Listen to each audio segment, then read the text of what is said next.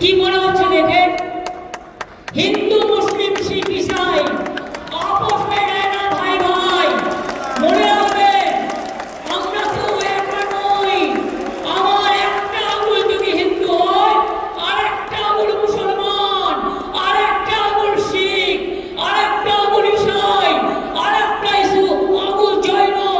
মনে রাখবেন হিন্দু মুসলিম শিখ ইসাই आपस में रहना भाई भाई। हिंदुस्तान यही है, हिंदुस्तान को एकता हमारा गौरव है।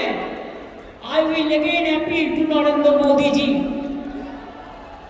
under your prime ministership, don't allow any atrocious terrible to any community through your home minister.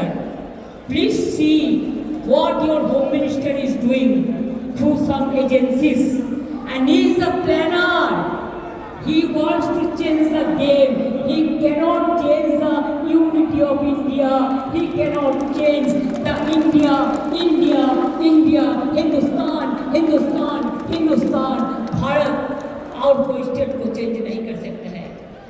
अगर आजादी का लड़ाई में लड़ सकता है तो रिफॉर्म्स के लिए भी आ सकता है।